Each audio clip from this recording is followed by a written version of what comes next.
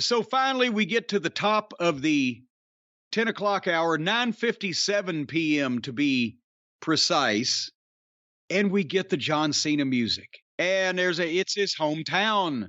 So there's a huge pop in Boston.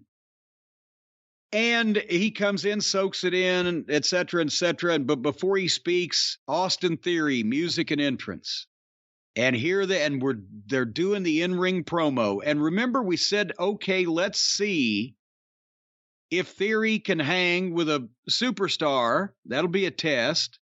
And also, we've just watched the Cena and Rock Rivals, where it was this kind of the same thing, in that the guy who had been there for 10 or 15 years at that point, The Rock, was kind of bringing up, in terms of their pecking order at that time, the guy that had only been there for 7 or 8, but Theory's only been here for a year or two. And as we recall, some of that has not been positive. And this was going to be, Theory can talk, and he's glib, but I don't know if he was all the way comfortable here. But I think the biggest problem was he didn't have that much to say. And was it that they wanted him to say these things and only these things, or that he didn't want to go off the reservation, or whatever? But the way this was constructed, at first I thought it was going to be, and Brian, help me because you'll probably understand, try to explain this. At first I thought it was going to be the motivational teardown, that after it went to a certain point would be the build up and the light the fire under the ass, and maybe a slap in the face. But it didn't. It was the teardown that continued down, down, down, and then Theory got his fucking ass basically just reamed and had no strong comeback. Cena pretty much wiped his feet on him, and not even in a way that like he was winning a goddamn impromptu verbal battle. It was like he just told him everything that was fucking wrong with him, and Theory had no way to talk him out of it. What did you think about the way they did this? It was interesting just because of the timing of the Rock Cena special that we just reviewed. So you kind of wondered, is Cena trying to get this guy to go off the reservation and show something? Show that he has a pair of balls like Big Show called him in that documentary?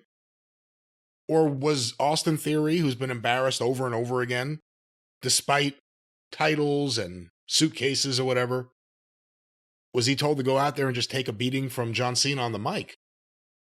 Because that's the other option. That's...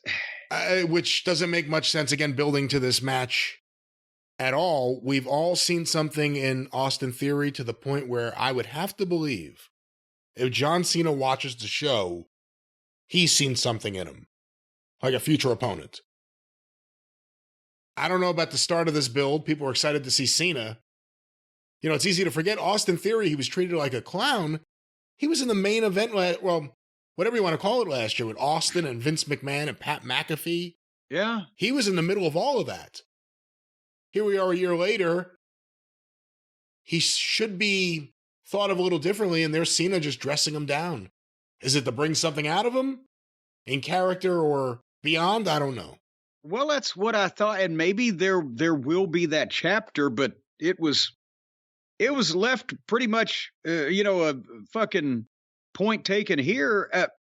The way they did it when he started, when Theory challenges Cena for a U.S. title match at WrestleMania as a gift to the fans and a gift to everybody, and Cena says, no. I thought about it. No.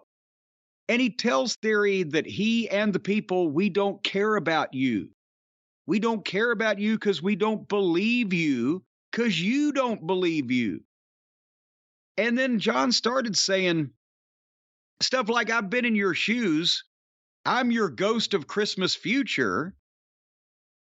And I thought, okay, this is going to be the thing where he tells him he's got to believe in himself. He's got to grab the brass ring. He's got whatever the motivational speech is. But you see that you got no heart, no soul. They believe in me. They don't believe in you. And they just continues to tear him down. And I wrote, if this is a motivational teardown, he needs to get to the build back up part. And then basically he told him, he said, how about this? How about from me in Boston, shut up, turn around, walk out of here, and we'll let you leave in one piece. And Theory's zinger to come back with was, I ain't going anywhere, just like that bald spot ain't going anywhere. And of course, John takes the cap off and he's got his hair done well, so you can't really fucking see it because it only comes out when he's had a match and his hair's messed up. Is that his hair? Well, I think it's his hair. It might be some of Wahoo McDaniel's spray hair additive, but I don't know. But he goads John into the match by saying, well, are you saying you're giving up? Where's the respect? Where's the hustle? You're giving up for these people. It wasn't a strong comeback.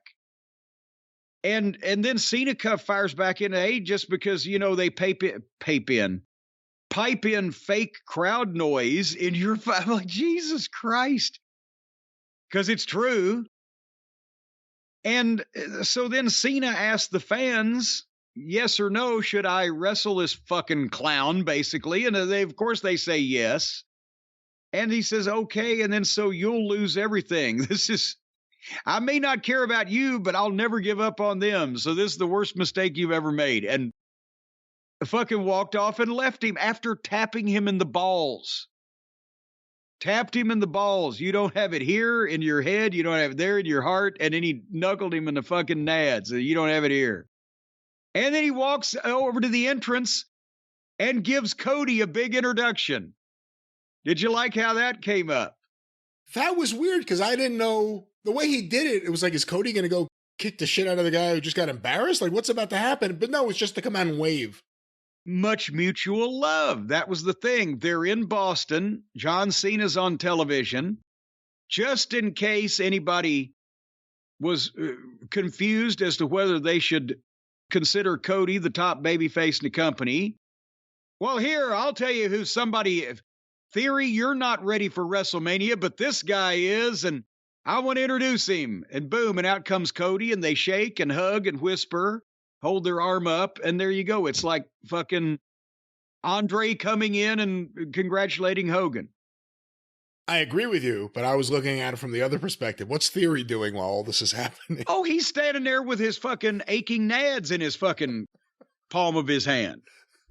I gotta walk past this. When are these guys gonna leave? Yeah, but no, they can't. He was just told to go down the side. Just get the fuck out of there. The stars are on the stage. All right, so what do you think? Cena Theory. Interesting build to start. Again, unless that this complete dressing down by Cena motivates Theory to change something, to do something that is demonstrably visible to the fans, he's going to come out and lay him out physically, or he's going to change his attitude in a way that he's got a killer instinct, or he suddenly does something that even Cena remarks on as that's what I was looking for, or something like that. I can see that. And again, if they start this way, it would be a big swerve then, or unexpected if Theory does win the match, which I still think would be possible without, people setting the seats on fire, and it probably helped Theory. But if they're not going to do anything like that between now and WrestleMania, I don't know.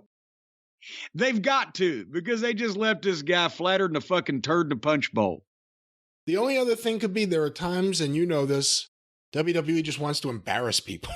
Well, there is always that, yeah. Yeah, I mean, I don't know. It was a weird humbling of an opponent for WrestleMania. But he's only got one direction to go now, straight up.